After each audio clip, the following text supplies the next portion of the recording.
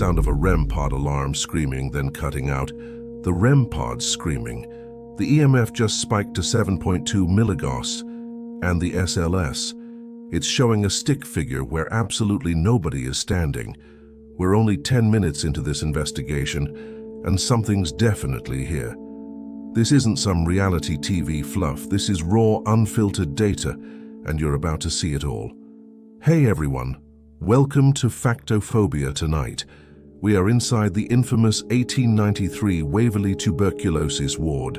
We're talking 6 floors, over 400 documented deaths, and a whole lot of stories with zero natural explanations. We're not here with Ouija boards or dowsing rods. We're using professional calibrated gear. We've got industrial-grade meters, 360-degree night vision cameras, and a Kestrel weather station running alongside every single EMF reading. Why? To cross-check every anomaly. If something happens, we'll know the exact pressure, humidity, and temperature at that precise millisecond. The lights are off, our baselines are set, and every single device is recording directly to the cloud. If you spot something we miss, timestamp it in the comments. Let's find out what's still here. All right, let's do a quick gear walkthrough so you know what we're working with. First up, this is the MEL 8704 EMF meter. This is an industrial-grade tool, not a toy. It's designed to pick up AC fields from 30 to 300 Hertz. If we get a reading over 2 milligauss away from any known wiring, it gets flagged as an anomaly. Kenzie is handling our audio with the Zoom H4n Pro, recording at a super high sample rate of 96 kilohertz.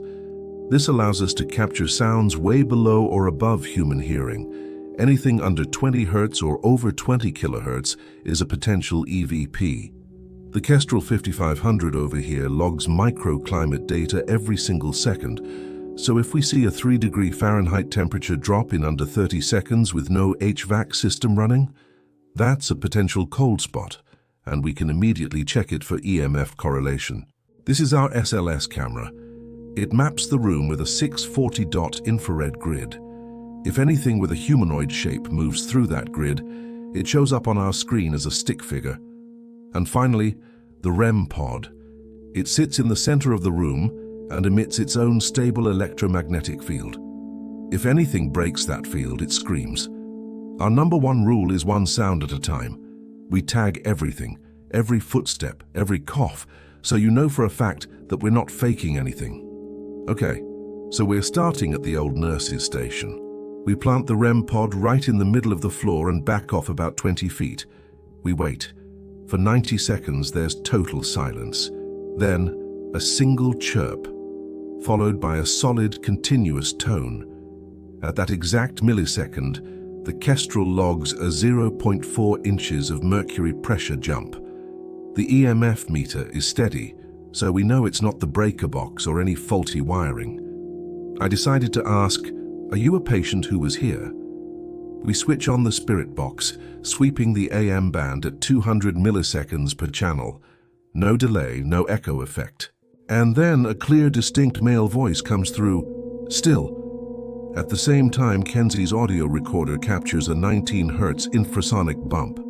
That's a frequency well below the normal human vocal range, yet the box spoke. We'll put the waveform on screen so you can verify it yourself. The REM pod stays lit the entire time. Something is actively interacting with our equipment, and we haven't even left this corridor. Now we're moving down hallway 3C for a thermal sweep. I've got my FLIR 1 Pro clipped to my phone. It has a resolution of 80x60 and can detect temperature changes as small as 0.1 degrees Celsius. The ambient temperature of the wall is about 18.9 degrees Celsius. As I pan across, right in the middle of the hallway, a circular spot about 30 centimeters wide suddenly drops to 14.2 degrees. It stays there for 4 seconds, then warms back up to the ambient temperature. There's no air vent, no window, no draft.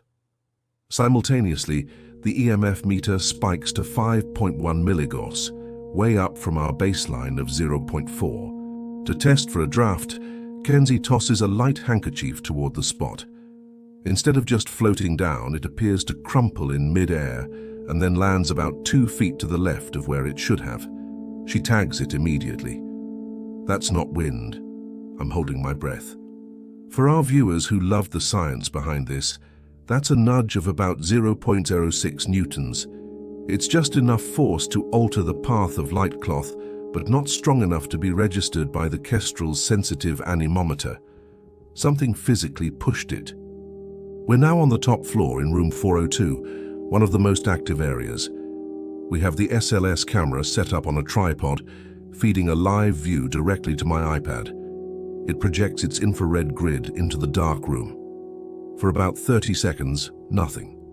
Then, a stick figure appears on the screen. It's about 1.8 meters tall, clear shoulders, a head, arms and legs, but no facial features. It glides about 3 meters across the room and then just vanishes.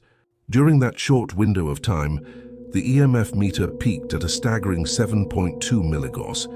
The humidity jumped by 4% and the temperature fell by 2 degrees Celsius. Kenzie asks out loud, "Can you show yourself to us again?" And it does.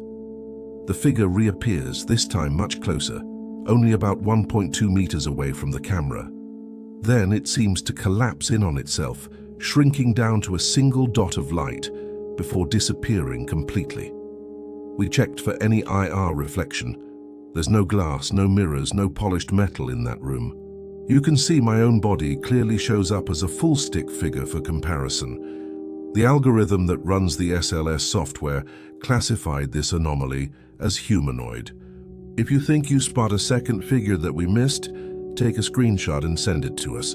Also, if you're not subscribed yet, hit that subscribe button and ring the bell so YouTube notifies you when we go live for the attic session next week.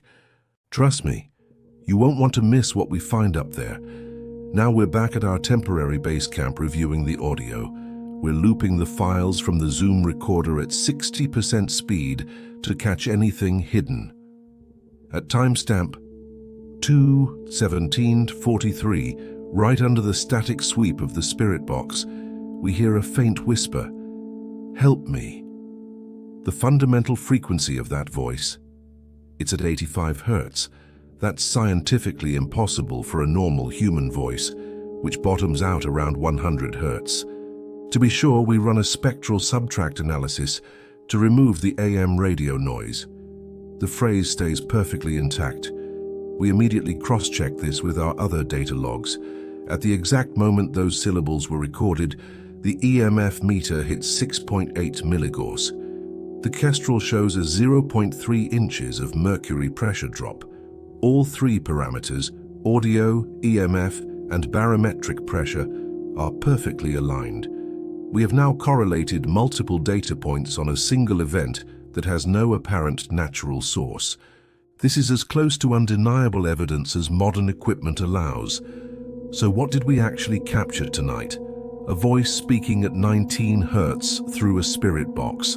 A thermal anomaly cold enough to frost your breath that pushed a physical object, an SLS figure that intelligently responded to direct questions, and an EVP at a frequency of 85 hertz that shouldn't even exist.